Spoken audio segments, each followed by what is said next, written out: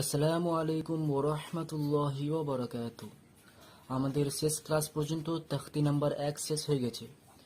আজকের আমাদের তখতি নাম্বার 2 মুরাক্কাবাত শুরু হবে। দেখুন, তখতি নাম্বার 1-এ হেডিং দেওয়া ছিল মুফরাদাত। মুফরাদাত কথার অর্থ হচ্ছে লেটার, অক্ষর। আর এখানে আছে মুরাক্কাবাত। মুরাক্কাবাত কথার অর্থ হচ্ছে ওয়ার্ড। অর্থাৎ আমরা জানি যে অনেকগুলো অক্ষর মিলে একটা ওয়ার্ড তৈরি হয়, ঠিক তেমনি এখানে একের বেশি ওয়ার্ড যুক্ত হয়ে একটা একটা ওয়ার্ড তৈরি হবে। তো ওয়ার্ডকে আরবিতে বলা হয় মুরাক্কাব।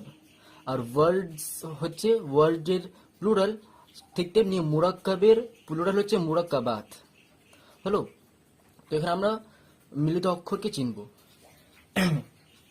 প্রথমে দেখুন, এটা কি লেখা আছে আগে দেখি। প্রথমে এই যে একটা লম্বা দাগ নিচে গিয়ে বাম দিক ঘুরছে, এর মানে এটা লাম। আমি আগের ক্লাসে এটা ভালো করে ক্লিয়ারলি বুঝিয়েছিলাম। যদি সেই ভিডিওটা আপনি না দেখে থাকেন তাহলে দেখে নেবে। এটা হচ্ছে লাম। দেখুন, লম্বা দাগ নিচে গিয়ে বাম দিক ঘুরছে। আর এটা হচ্ছে আলিফ। যদি আপনার চিনতে অসুবিধা হচ্ছে, এর মানে আপনার যে এইসবে কমজোরি আছে, মানে ভাবতে হবে। আমি আগের ক্লাসে এখান থেকে এতটা একদম ভালো করে বুঝিয়ে দিয়েছিলাম, ঠিক আছে? তো আলিফকে দেখতে, দেখুন আলিফকে এমনি দেখতে হয়, এখানে তাই দিয়েছে। তাহলে এটা হচ্ছে আলিফ, এটা লাম আলিফ, একে বলা হয় লাম আলিফ। এটা হচ্ছে লাম আলিফ। তারপর এটা দেখি, এটা হচ্ছে জিম, আর এটা হচ্ছে আলিফ, জিম আলিফ। এটা কি? এটাকে সহজে বোঝা যায় না, তো সিম্পলি একে মুখস্থ করে নেবেন যে এটা হচ্ছে লাম আলিফ। যখনই আপনারা এটা দেখতে পাবেন তাহলে একে সিম্পলি মুখস্থ করে নেবেন যে এটা হচ্ছে লাম আলিফ, ঠিক আছে? কেন কিভাবে লাম আলিফ দেখে তো বোঝা যাচ্ছে না যে এটা কোথায় লাম আছে কোথায় আলিফ আছে। এখানে যেমনি আলিফ, জিম, আলিফ, লাম ক্লিয়ারলি বোঝা যাচ্ছিল, কিন্তু এখানে বোঝা যাচ্ছে না কোনটা লাম কোনটা আলিফ। যদি আপনারা জানতে চান ডিপলি যে কোথায় কোনটা লাম কোনটা আলিফ, তাহলে আমাকে কমেন্টে বলবেন, তাহলে আমি আরেকটা ভিডিও বানিয়ে দেবো। তো সিম্পলি এখন আপাততের জন্য মুখস্থ করে নিন যে এটা হচ্ছে লাম আলিফ। তারপর এটা, এটা হচ্ছে মিম, এটা হচ্ছে আলিফ, মিম আলিফ, লাম আলিফ, জিম আলিফ, লাম আলিফ, মিম আলিফ। তারপর আসছে এটা, এটা দেখুন, এটা বলেছিলাম মুখস্থ করতে যে এটা লাম আলিফ, তো এটাও লাম আলিফ। তারপরে এটা দেখুন, নিচে এক নুক্তা বা হয়, আমি বলেছিলাম আগের ক্লাসে। তো এটা হচ্ছে বা, আর এটা হচ্ছে আলিফ, বা আলিফ। তারপরে এটা ফের সেম আসলো, এটা যেমনি ছিল লাম আলিফ, এটাও সেম, এটাও লাম আলিফ। এটা দেখুন, এখানে দুটো অক্ষর আছে, একটা ই অক্ষর, একটা ই অক্ষর। এই অক্ষরটা কি? দেখুন, একটা লম্বা দাগ নিচে গিয়ে বাম দিক ঘুরছে, এই দেখুন বাম দিক ঘুরছে, এর মানে এটা হচ্ছে লাম আলিফ নয়, এটা এটা হচ্ছে লাম। আর এটা হচ্ছে, আমি এটা বাদ দিয়ে দিচ্ছি, দেখি কি মনে হচ্ছে, জিম, তাই না? এটা জিম। তাহলে এবার প্রশ্ন উঠছে, এটা লাম জিম বলবো না জিম লাম বলবো, এটা প্রশ্ন। কারণ লামটা এর আগে নেই। যদি লামটা এখানে আগে থাকতো তাহলে লাম জিম বলতাম, বা জিমটা আগে থাকতো লামটা এদিক থাকতো তাহলে জিম লাম বলতাম। তো এখানে ওপর নিচে দিয়েছে, তো লাম জিম বলবো না জিম লাম বলবো? তাহলে দেখুন, যখন দুটো অক্ষর ওপর নিচে থাকবে তখন যেটা ওপরে আছে তাকে আগে বলতে হয়, আর যেটা নিচে থাকে তাকে পরে বলতে হয়। তো এখন ওপরে লাম আছে তাহলে লামকে আগে বলবো, আর নিচে জিম আছে তো জিমকে পরে বলবো, লাম জিম বলবো, জিম লাম নয়, লাম জিম। তাহলে এটা লাম জিম। এটা ফের সেম আসলো, লাম আলিফ। এটা দেখুন, লম্বা দাগ নিচে গিয়ে বাম দিক ঘুরছে, এর মানে এটা হচ্ছে লাম।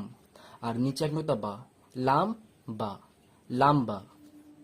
এটা দেখুন সেই প্রথমের মতো, এটা হচ্ছে লাম, আর এটা হচ্ছে আলিফ, লাম আলিফ। এটা দেখুন, প্রথমে এটা আছে, নিচে এক নোটা বা, তারপরে লম্বা দাগ নিচে গিয়ে বাম দিক ঘুরছে, এর মানে এটা হচ্ছে লাম বা, লাম, আর এটা হচ্ছে নিচে এক নোটা বা, বা লাম বা। তাহলে একবার পুরোটা পড়ে নি, লাম আলিফ, জিম আলিফ, লাম আলিফ, মিম আলিফ, লাম আলিফ, বা আলিফ, লাম আলিফ, লাম জিম, লাম আলিফ, লাম বা, লাম আলিফ, বা লাম বা। প্রয়োজন পড়লে আপনি ভিডিও ব্যাক করে বারবার দেখুন, ঠিক আছে? আর বেশি বেশি এটা পড়ুন। তারপর এটা দেখি, দেখুন কাফের তিনটে রূপ দিয়েছে, এটাও কাফ, এটাও কাফ, এটাও কাফ। কাফের যে তিনটে রূপ আছে এখানে দিয়ে দিয়েছে। তো ভালো করে চিনে নিন। আবার কাফ, কাফ, কাফ। এবার এখানে আসি, এই দেখুন সেম মুখ না? তো এটা হচ্ছে কাফ, আর নিচে একদম বা, কাফ বা। এখানে দেখুন ওপরে ওপরে এই কাফ কাফ দিয়েছে, সেম দেখতে। কাফের এটা অন্য রূপ। তো এটা কাফ, আর নিচে আছে কি লম্বা দাগ, নিচে গিয়ে বাম দিক ঘুরছে, এর মানে এটা হচ্ছে লাম। তো কাফকে আগে বলবো যেহেতু কাফটা উপরে আছে, আর লামটা নিচে আছে, তাই জন্য লামকে পরে বলবো। কাফ লাম। তারপরে এটা হচ্ছে কি উপরের দুনুকটা তা, কাফ লাম তা। এটা দেখুন এর মতো কাফ, আর পাশে লম্বা দাগ হচ্ছে আলিফ। যেহেতু নিচে গিয়ে বাম দিক ঘুরছে না, তার জন্য লাম বলবো না, শুধু লম্বা দাগ আছে, বাম দিক ঘুরছে না, তাহলে এটা হচ্ছে আলিফ। কাফ আলিফ। এটাও দেখুন, এটা এর মতো দেখতে, দেখুন প্রায় এর মতো দেখতে, শুধু এটা এমনি লম্বা দাগ চলে এসছে, এটা হচ্ছে আলিফ। লম্বা দাগটার জন্য একটু আলাদা লাগছে, ঠিক আছে? তো এটা হচ্ছে কাফ, এটা হচ্ছে আলিফ, কাফ আলিফ। তারপরে দেখুন প্রথমে বা আছে, নিচে এক মতো বা হয়, ঠিক আছে? তারপরে আছে এই দুটো অক্ষর ওপর নিচে। তো ওপরে কাফ, নিচে লাম, কাফ লাম, বা কাফ লাম। তারপরে এটা হচ্ছে দুনুকতা তা, বা কাফ লাম তা। তারপর এটা দেখুন ওপর দুনুকটা তা হয়, তা।